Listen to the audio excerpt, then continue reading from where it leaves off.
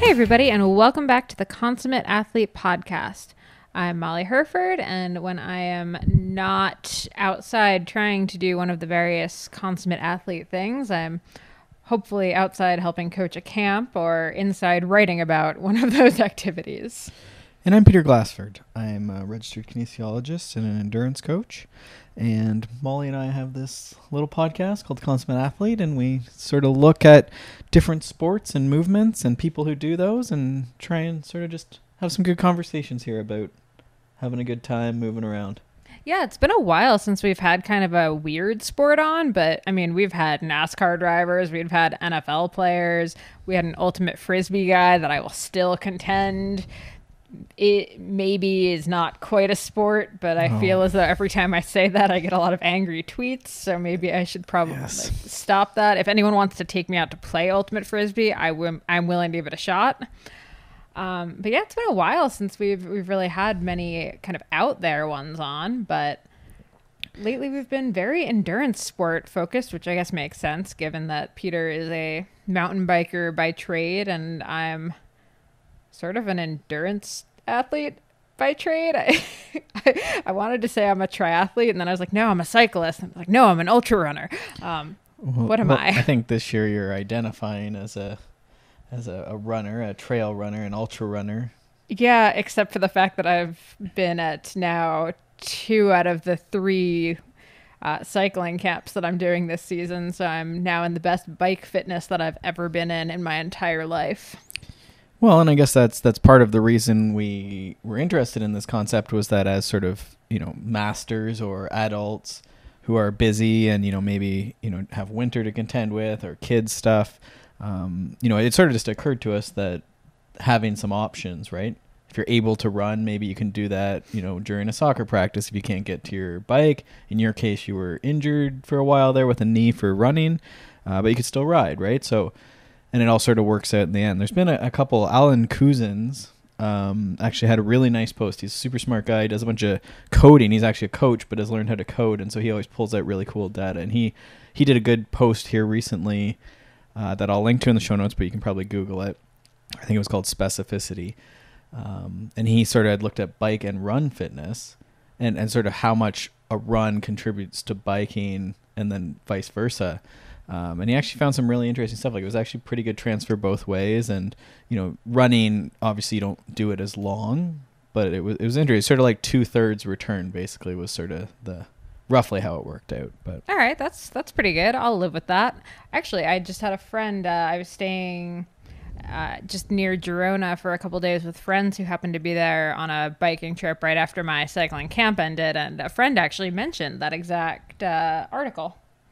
Oh, really? Yeah, he was making fun of me because I keep saying I'm a trail runner and then I keep going out on these bike rides. Well, and then there was we talked about this when David Roche was on, but we talked about the gentleman who won, Rob Carr, something like that. He won Leadville Run, but that was the week after the Leadville Bike, which he also did quite respectably. I believe Leadville 2021 is now on our calendar, possibly 2020. I guess not necessarily related, but that's good. Maybe if you consider us a team, I guess maybe that's. Which, if you listened to the episode 2 weeks ago about how to train with your partner, we are a team, Peter. We're a team. I guess. Apparently, it was cute. So let's keep the show rolling here. So what's going on? Well, you go with your one thing first. I'm going to say spices. So we're going to talk a bit about nutrition today, as always nebulous, but one thing that I am very good at eating very bland food and repetitive food, which I think has served me well in some ways, but like any, I guess, gift or talent, at some point it kills you. So I think Molly was away there for a week, so it gets even worse when Molly's away. So I just sort of had set the goal. We had some spices. I got a couple extra. We had... whose cookbook did I have? He actually had the February Athletic Bookworms pick, Run Fast, Cook Fast, Eat Slow. Right. By Shailene Flanagan and Elise Kopecky. And I got to admit, Peter has been using more of the recipes out of it than I have. And they're very simple. It's got some good training advice, some good nutrition advice. And the recipes are super, super easy. Like, So easy. But one big thing to making them taste good is just a little bit of effort into the spices and sort of that sort of stuff, right? Which I historically do not have patience for, and throw my sweet potato in the microwave and away I go. But there's lots of different just variations, right? So that sweet potato could be cooked in so many different ways. You have the oven, the fry, the microwave, pressure cooker, boiled, and then also you could add so many different spices to that, right? So cinnamon, you could do Italian, you could do chili, you could do, right? All of these. So all that to say, if you haven't been using many spices and you're looking for variety, but also trying to improve your diet, which often means, maybe you're not having as many of the tasty treats or the, honey and jam on your breads and stuff. Sometimes adding a bit of spice definitely gives, a bit of variety to that diet, which sometimes is what we're looking for. Yeah, and I have to shout out my friend Athena again. When I was in Spain, she made an amazing pasta sauce, and she actually just added. We happened to be in a cool place that had a lemon tree in the yard, so she added just a few squirts of lemon juice into just the tomato sauce with a bit of rosemary, because we also had rosemary in the yard, and I couldn't believe the difference the little squirt of lemon made. And I realized lemon is not quite a spice, but just sort of as far as making a deeper flavor profile, I guess, to your food. I think it fits if you're trying to sort of outfit a kitchen and you get some lime and some lemon and a few spices. We talked, I think, before about a spice mix, like a Trader Joe's spice mix, and you can get some of those too if you don't want to just get specific ones, and it sort of does some of the mixing of the spices for you. But yeah. So my one thing is going to kind of feed into this first, I guess, question/discussion point for us. And for me, the one thing is just actually considering myself to be an athlete. So I've been very lucky. I've been coaching this training camp for the first or second half of February. It just ended, a week ago. And during the camp, when I first got there, I kind of, I'm a coach there, so I'm kind of in this like coaching position. But I always say my nutrition is always the best at these camps because I realize I need to eat enough on the bike to not bonk. The biggest compliment I got from one of the girls I was riding with was that I never seem cranky or irritable on rides, and my mood is always pretty steady. I was like, wow, I'm getting really good at faking it. But I just kind of made myself actually act like an athlete, going to bed early, doing the foam rolling, eating like an athlete should, both on and off the bike. And I think very often we kind of get away from this idea of thinking of ourselves as athletes. We think of ourselves as people who have that 7 to 10 hours or whatever to train every week. And in maybe that hour, we're an athlete, but then the rest of our lives, we're not. And I think if you can just kind of shift the switch in your brain to being an athlete all the time, it actually really helps with the making your nutrition better, taking better care of your recovery, just kind of playing the part. Fake it till you make it. Yeah, and I think we had the Brave Athlete people on, and one of their questions, which I also then stole I always steal questions from around different people, different intake forms. And they had one about how do you see yourself as an athlete, or do you see yourself as an athlete, right? Which has a lot wrapped up in it. That's why I like those questions. It sort of sparks conversation and sort of you learn about people. But I think that is the question, right? It's not. There's a disconnect sometimes between the training and then also the effects of off bike, right? And so much, especially for masters athletes, so much can be had in the sleep, in the diet, in the stress reduction, without even training, right? We know of several people who I wouldn't even say really train, and they're quite capable. Like their skills are very good, but generally they're just very fit, but it's not like they have huge training hours or they're sitting indoors on indoor trainers or anything. Or even have like big racing goals. True. Yeah. I think that's actually been kind of the more interesting thing both with this podcast, and I think I'll say like my athletic trajectory is this weird realization that I don't necessarily have huge goals as an athlete, but I do want to be... Except for Leadville 2021. Okay, until this season, like last year is probably a great example because I was kind of all over the board as far as what I was doing. But I still wanted to be in this consummate athlete shape where I'm still quite athletic and can jump into most sports and be pretty comfortable. So I don't think you have to have a racing mindset to consider yourself an athlete. No, I don't think so. I think you can do it a few different ways for sure. Like you can have just you're trying to improve yourself, right? Yeah, exactly. I think we tend to maybe forget that a little bit as we're kind of in our little zone of being competitive athletes. And I mean, a lot of the people we work with are racing and stuff, but we also, kind of every once in a while we get very made aware that a lot of the people listening to this aren't necessarily racers. Or if they are, it's not the biggest part of their life. It's not why they train. They maybe jump into a race because it's social and it's fun and their friends are doing it, but they're not necessarily training for that race.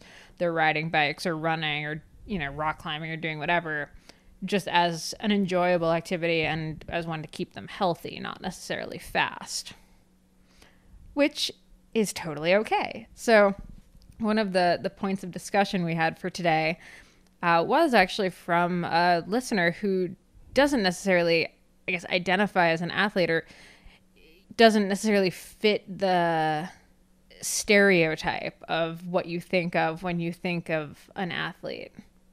And, she was just saying it's hard when you're in sports, you're in cycling, you're in running, whatever, and you don't necessarily see yourself as one of these competitive athletes.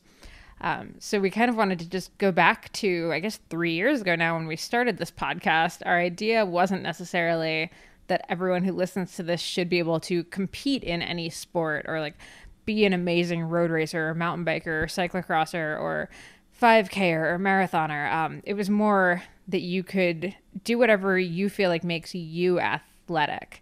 So that might mean, when you're on the playground with your kids, you can play tag with them and not be sore the next day, or lift them up onto the jungle gym and not throw your back out.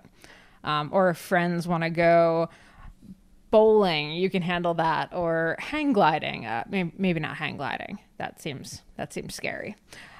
Or, for a bike ride on the weekend, you can do that. You don't necessarily need to be any certain body weight or composition or aerobic capacity to do that stuff. You just need to be reasonably well-rounded as an athlete.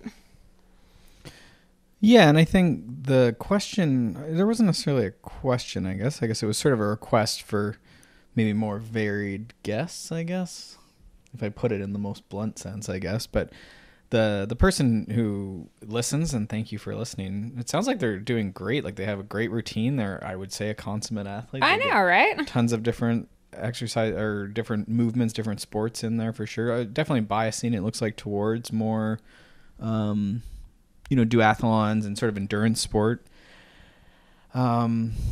Yeah, I think the only thought we had, and I think where with this podcast, again, that's sort of maybe why we started the intro with a little more extended of what the podcast is, I think what we were feeling, and I know several of my clients and friends we have and stuff, as you get older and less, you've sort of given up on the Tour de France, it's sort of looking for those other things, right? So saying, okay, I have this goal. Molly's going to do her running race, and I still have my mountain biking, but being okay with, I'm going to go run today, or I'm going to go rock climb today, or I'm going to go to the gym today, right? And I think the more you explore some of those things, I think it feeds back to being a healthier person, which again, as a master's athlete, probably is helpful. Injuries are a big part of that, and muscle mass is a big part of aging. Movement skill for most people is important, right? And all these sports sort of feed into that. But more so, I think what potential benefit is there is that you might find a community that you really jive with, right? That could be in a CrossFit gym, that could be in a rock climbing gym, that could be, a hiking group. It could be any variety of the podcasts we've had, right? Krav Maga, it could be, any of these things. Yeah, I mean, realistically, I always say cyclocross is maybe my weakest sport as far as results go. I'm probably the strongest in triathlon, if we're being honest, but I didn't find a community in triathlon. I found one in cyclocross, and that's kind of what shifted my whole career and athletic trajectory. It wasn't necessarily the sport that I excelled at the most. It was the one where I found the best community. So I think that's a really important part of it for sure. Yeah. On the note of being all around healthy, though, I'm going to have to link to this as soon as it gets posted. But I interviewed Swain Tuft back in January. And for those of you Canadians, probably know exactly what I'm talking about. If you're not a Canadian, he's one of the oldest pro continental level bike racers. He's 42. And he's been, knock on wood, relatively injury free his entire career.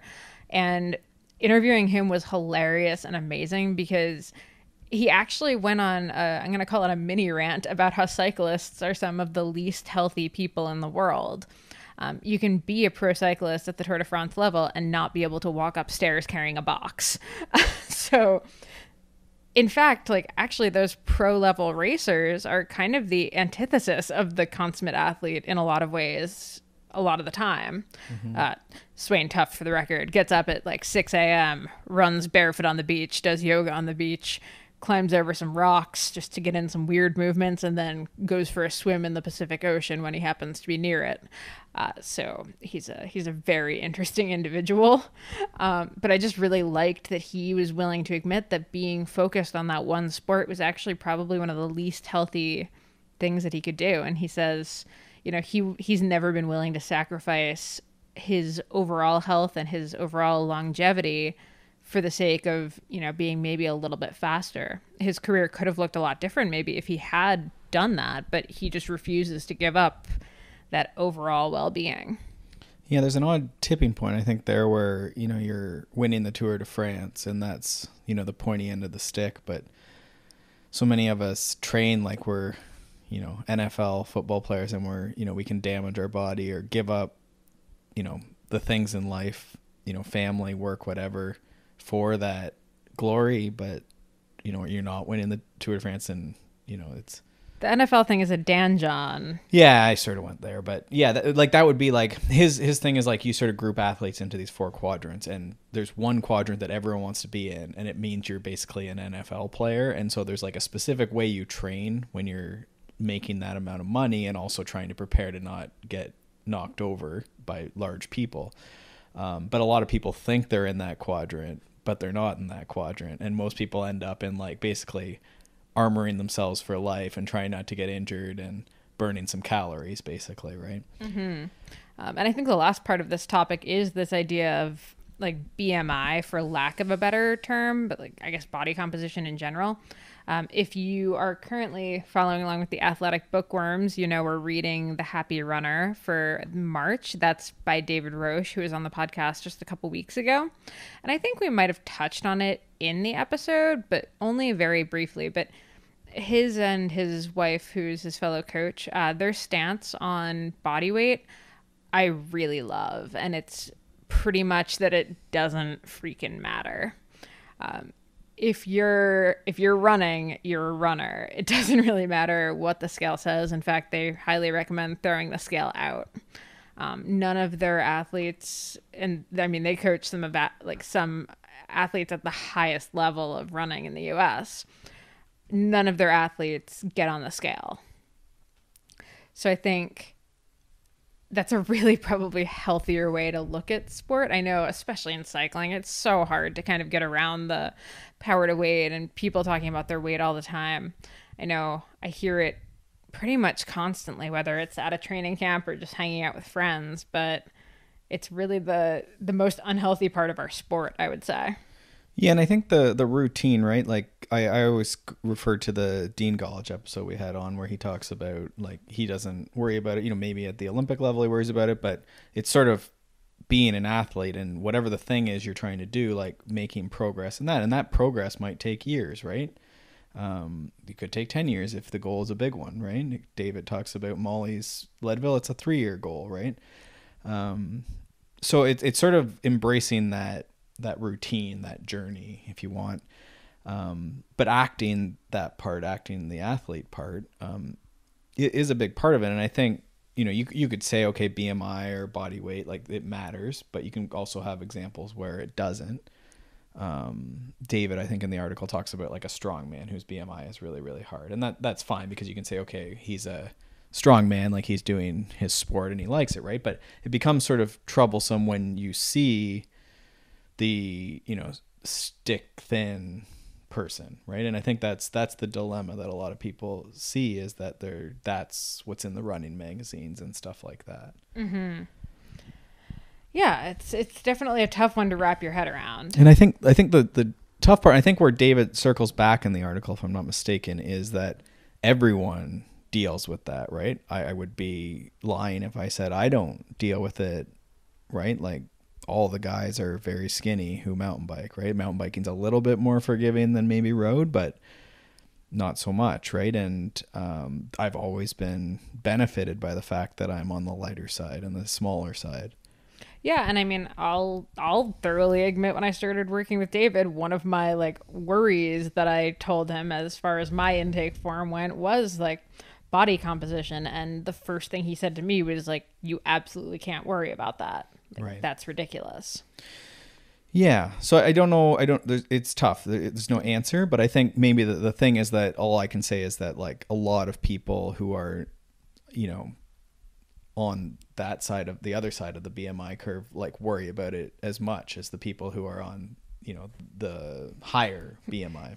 If you're in athletics, you probably have worried about this at some point. So yeah, I think finding good coach, good community, embracing the routine, healthy habits, that sort of stuff. Like, I think that's ultimately where it is, right? And just being surrounded by people that do that and are thinking in that way, right? Thinking about the goal, the output, Yeah, and then before we move on, just one last thing is, a couple weeks ago we had on a quote unquote real life consummate athlete. So it was just one of our listeners who, jumps into a bunch of sports and tries a bunch of different things, and, just average guy. So if you liked that episode, let us know. Either, hit us up on the contact page, Instagram, Twitter, wherever. And we can have more of those kind of real consummate athletes, and we can, mix it up as far as gender, sport, everything, age, etc. Yeah, because I think it's good to see, what's working for more similar others. We definitely, we have a fair bit of pros and Olympians and coaches thereof on, right? Yeah, absolutely. So yeah, so we'll link to a bunch of that stuff. The Dean Golich episode when David was on, David's article on BMI. I think there's some good stuff there, hopefully. And again, keep listening and keep sending ideas for people or episodes or what have you. Yeah. All right. So our next topic, kind of fundamentals of nutrition / sports nutrition. Because we're heading into the beginning of cycling season specifically, or, running season's coming up. Basically, we're kind of in that base season for most sports. A lot of people are starting to ask questions about nutrition. Peter's getting probably like 5 questions a day from different athletes that he works with, asking about different parts of nutrition. And, it's always interesting. It's one of those things. I wrote a book, Fuel Your Ride, back in 2015, all about cycling nutrition. And so I'm really used to it, and it kind of amazes me now when I go on training camps and stuff and I mention something like, macronutrient ratio, and I realize that a lot of people haven't necessarily had a ton of background on this stuff. And I remember back to when I first got into athletics, I didn't know how much protein to have. Now it feels very like kind of routine that I know that number. Let's be serious. I don't always act on that number, but I know what it is. But I realize that there's a lot of both misinformation and just lack of information out there, especially when you're newer to sport. It's an odd topic because everyone eats, right? But Yeah. It can become as complicated as you want to make it. Yeah, and I think a lot of people skip over the basics and go straight to the complications. Because, I mean, honestly, like Women's Health magazine or Men's Health can't sell copies where like the tagline on the cover is just like, simple, basic guide to nutrition. Like that's not sexy. So most people getting into this stuff are reading, the new keto, raw, vegan, paleo, something, rules. And it's very confusing when that's the first thing you're confronted with versus what should be on a normal balanced plate for a meal. Yeah, and I don't know, like it's all sort of nebulous, right? And it's also individual. But I think most people, if you step back, like again, we're not the NFL players, we're not the Tour de France. No one's paying us the big bucks. So No, but if they want to, please get in touch on our contact page. So yeah, I'll go to the Tour de France for sure. So what you're looking for then is, okay, what is good nutrition? And then, you're going to have a lot of disagreements and personal preference and personal needs and variation for genetics. But if we step back, there's probably a plate that we can generally agree on that's going to have a bunch of vegetables on it. And from what I've seen, I work with a fair number of people, both coaching and training plans and phone consults and one-on-one consults. So I've seen a fair bit of what people do, and this is mostly busy masters. Most people would do really well just to have more meals in their day that have vegetables in them, right?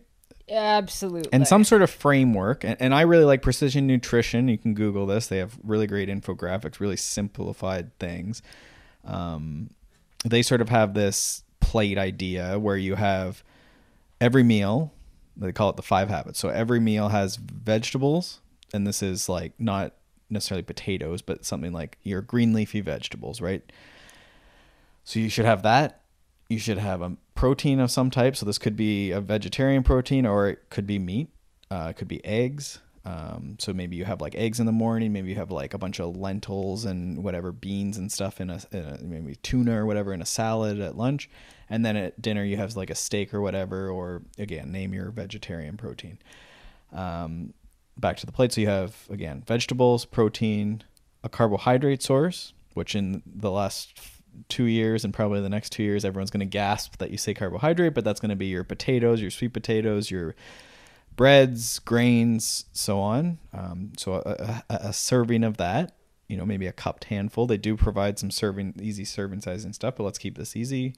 And what am I missing? Fat. Thank you. Yeah, so like a thumb of fat. So you're going to have like maybe some avocado, maybe some olive oil on your salad, maybe a pat of butter on your salmon at dinner. And then the 5th habit is eating slowly. And again, not necessarily nutrition, but in this day and age, we're all looking at our phones, maybe not even eating at a table, talking to people. So again, a lot of people, if they just slowed down, had a conversation, leave the Twitter news, fake news alone for a little bit, a lot of this stuff gets easier because you're slowing down, portion sizes are controlled, you're enjoying the food.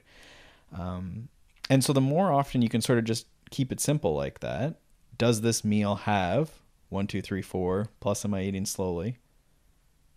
A lot of people roll really well the second that starts happening. You pull back from keto or whatever the thing is, and you just operate from that. And the nice thing about that system is I like sweet potatoes. Molly likes white potatoes. We have similar breakfast, but she has white potatoes and I have sweet potatoes often with her breakfast. And then we have a ton of spinach, eggs, and then either we have like avocado or we cook it in some oil of some type, or what else do we put on there? I guess the eggs too, sort of. But so anyhow, I don't know if that's helpful or not. That's sort of like your basis. And then do we want to take like once you start training on top of that? Yeah, I mean, I think the big thing here is not jumping into any other kind of diet until you sort of have this nailed. It's really tempting to kind of immediately jump to something that has a lot of rules, right? And that's how you end up kind of sick, training at a very low level, etc. But if you can start like this, then okay, yeah, maybe in several months we can talk keto or paleo or any one of those specific diets. Right? Yeah, exactly. But you're still tweaking this basic thing. I think most people, even just adding a serving of vegetables to each meal would make a massive difference. Yeah. And I mean, you're seeing, for the people who are, very cycling oriented, you've seen a lot of like Frank Overton has put a big push on. So Sweet Spot Frank, what do I call him? Mr. Sweet Spot. He's put a huge push on this year on his winning in the kitchen stuff. So it's essentially just adding 2 vegetables to every meal. And I think it's still this huge idea as cyclists or athletes. I mean, I can say this because I was at this training camp where the younger athletes were cooking every meal. After the first couple of meals, we had to yell at them to add more veggies because they're still operating under this very, very old school idea that, if you have a big ride the next day, your dinner should be like a white pasta with, maybe a little bit of red sauce and a little bit of meat and call it good. So we were trying to explain that, like, no, man, like training camp, you still got to eat your vegetables. Like they still matter. Well, and that's, again, it's that simplistic look at it's just calories in, calories out. But at some point there's actually some cool research coming out right now that like if you don't have, I think it's just based on protein. If you don't have protein, like your body's just always hungry.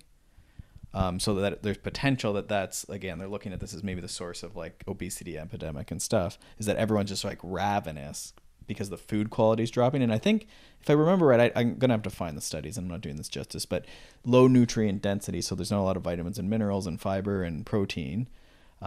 So then the body's just ravenous trying to find nutrition, basically. I think that makes sense, right? It's high calorie, low nutrient density. Oh yeah, 100%. And I mean that's most of the standard American diet, even for like the quote unquote healthy people, right? How many I can't see hands, obviously. Show of hands, who eats oatmeal for breakfast, right? Like that's a cyclist staple.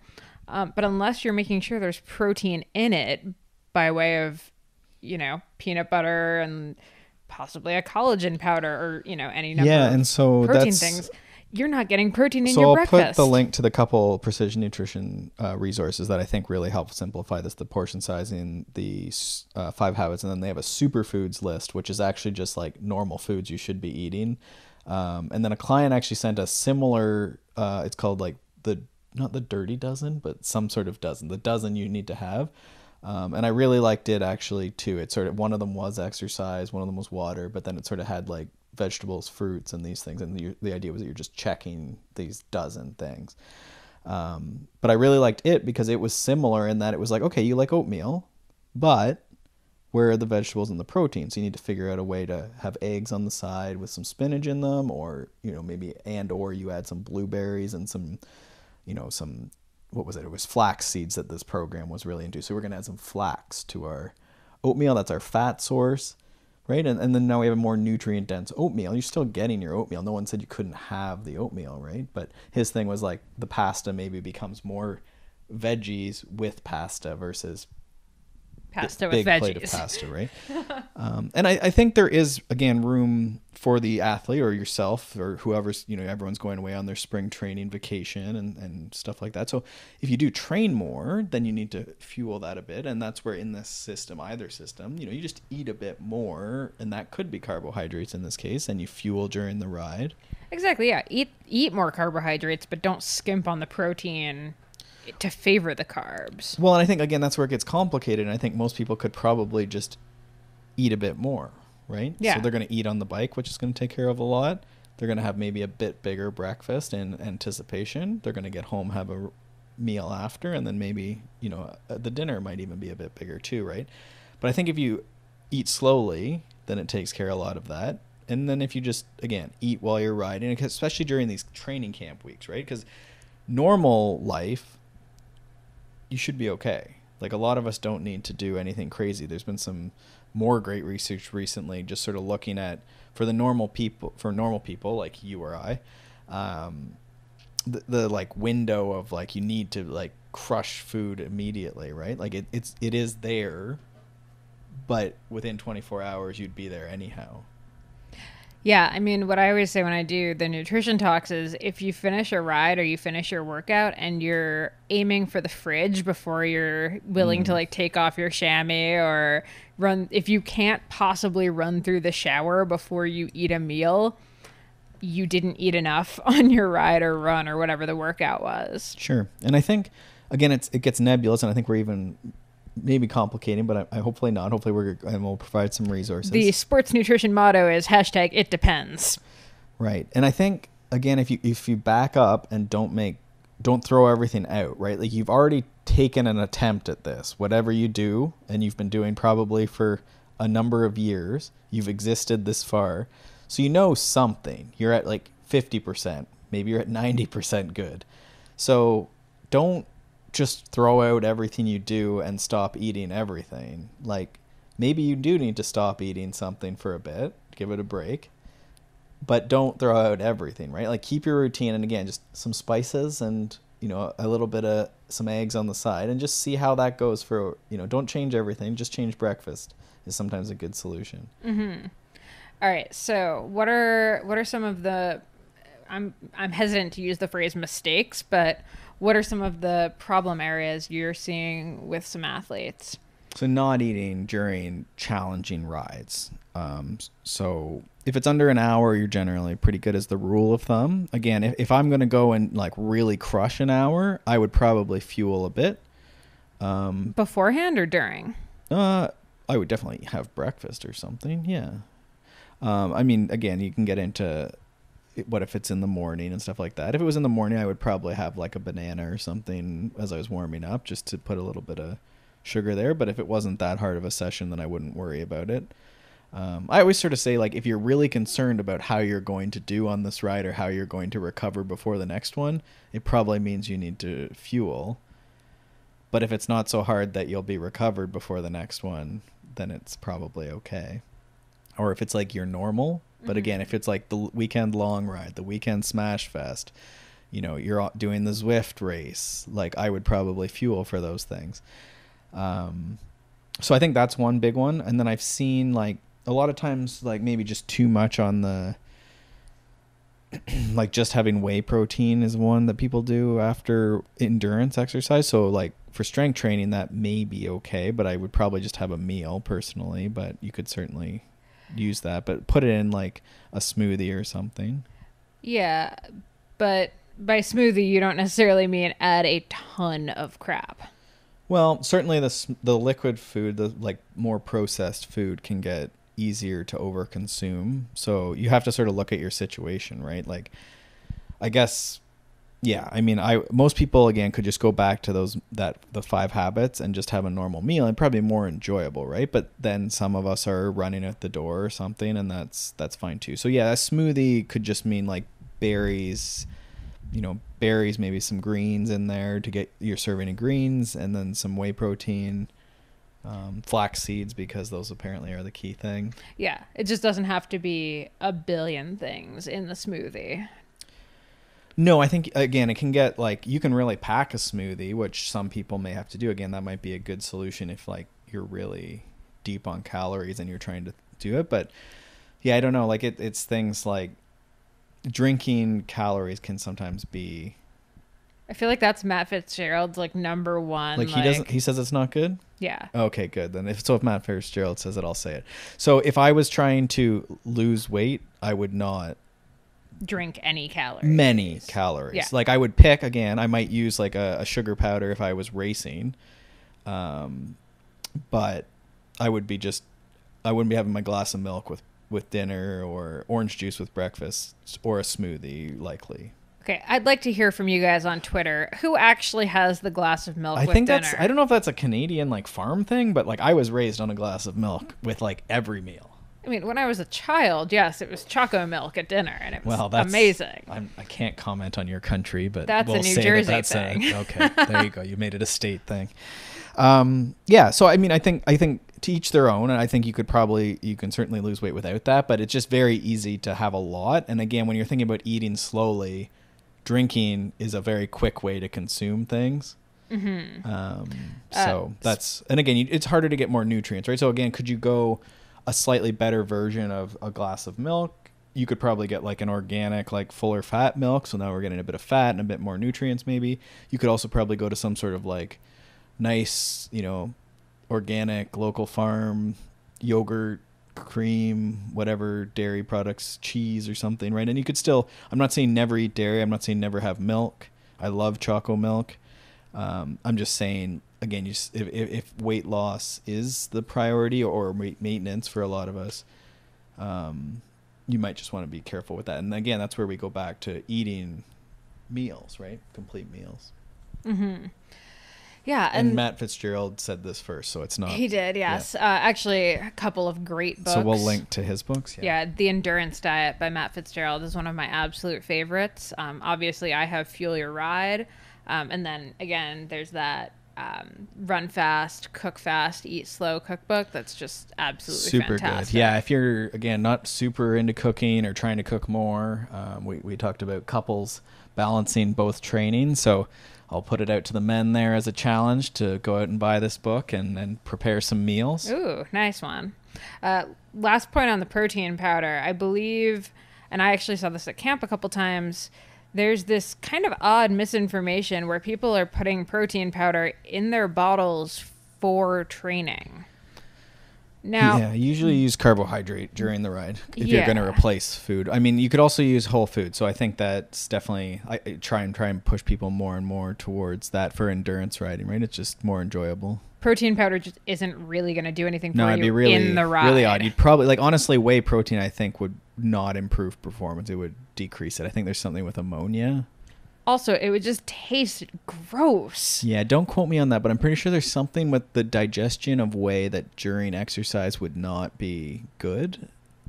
I mean, I kind of equate that to drinking milk out of my I water don't know. bottle. Now, yeah, like a full, like, if you, like 30 grams, just A, you're not getting carbohydrate, and then B, it would, yeah, I just don't know. There's not, but it definitely happens, right? Because it's like a sports nutrition thing, and then, you know, maybe mom and dad have got it, or it's in the house or whatever. But yeah, it's generally like, get a banana, get a sandwich. Like our friend Evan Guthrie, he'll have like pizza, or like he'll make a big banana loaf. The Feed Zone cookbook we've mentioned a few times, and all these other books we've mentioned have awesome in-ride, in-workout snacks as well. So it's another spot you can definitely enjoy that a bit more, but definitely you want to consume something. Yeah. And usually the faster you go, the harder you go, the more processed it's going to be. So again, in mountain biking, it's like a 90-minute race type thing. It's going to be sugar powder or gels usually. Yeah, I have to say, as far as for me racing, like I've been loving Tailwind as far as hydration goes. It's Yeah, a a lot of pretty people like calorie dense one, but it's a really light taste. And it's a good one too. You see a lot of people, it seems like more people, and not that it wouldn't work fine, honestly, for mountain biking or sorry, a shorter duration event, but it seems like a lot of people use Tailwind for the longer, the like 3-hour plus events. So if you've been looking for something, Yeah, I'll and use we that. don't have anything to do with Tailwind. No, not sponsored. I wish we had some. Yeah. I guess, but Sponsor us. although we have too much of that stuff right now. No, I finished it. No, I just mean of like sugar powders. Oh yeah. And then I will shout out Noon because it doesn't have any sugar and it's just electrolyte tabs. I actually really like that for in my bottles on a more normal ride where I can eat actual foods, or even like gels and bars and stuff.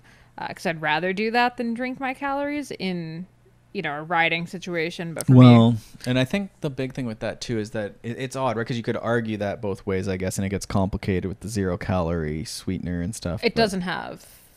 But I think more so for someone like you will just not drink unless it basically tastes like juice. Pretty much. So you're sort of in a tricky spot. So I definitely find that if I use that or something similar, I'll drink more, which may be good depending on who you are. And like if it's super hot out and you're just not a drinker, it might be good, right?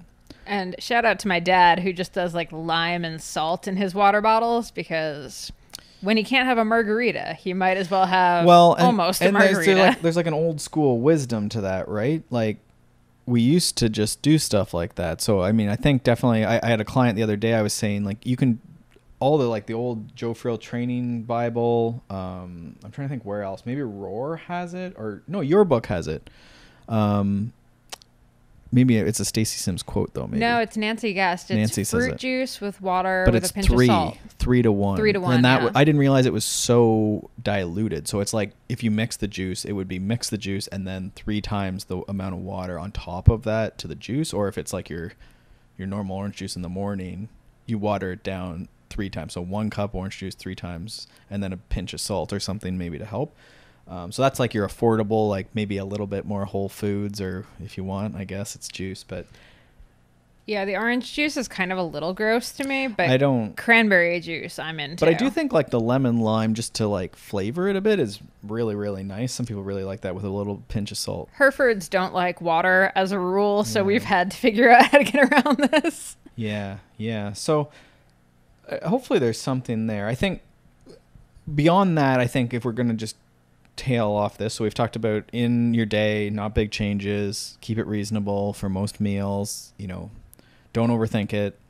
I think have a framework. I guess the only thing we haven't talked about is like, just because like one day you go out for Thai food and like there isn't a vegetable in the Thai food, technically it's fine. Like, just get back in the framework, right? And so if you have that framework, that's where you live like most of the time, and then you can sort of like, for the situation, right, like the worth it meal at Thai, or that big endurance workout probably doesn't have vegetables, shouldn't have vegetables during it, and that's fine, right? And then you come back to the framework.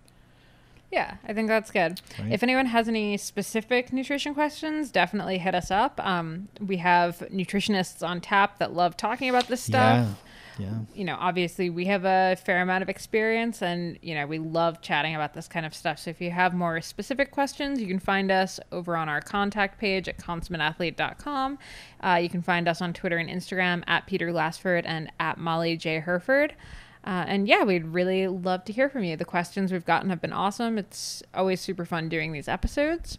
So yeah, we will leave it there, and we will see you guys next week. Thanks for tuning in. Thanks so much for tuning into the Consummate Athlete podcast. You can check out my stuff over at theoutdooredit.com or by following me on Instagram and Twitter at Molly J. Herford. And you can check out Peter's coaching, training plans, blogs, all that fun stuff over at smartathlete.ca or by following him on Twitter and Instagram at Peter Glassford. And if you want to support this show and other awesome podcasts, please check out wideanglepodium.com for show info, other podcasts, bonus content, and to become a donating member so you can get all of that rad behind the scenes content and help keep shows like this on the air. And lastly, if you're enjoying this podcast and all the information that we're bringing to you every single week, do us a solid and pop into iTunes to leave us a rating and review. It takes you about 2 seconds. You can do it on your computer, you can do it on your phone, and it really helps us out. Thanks so much, and we will see you next week.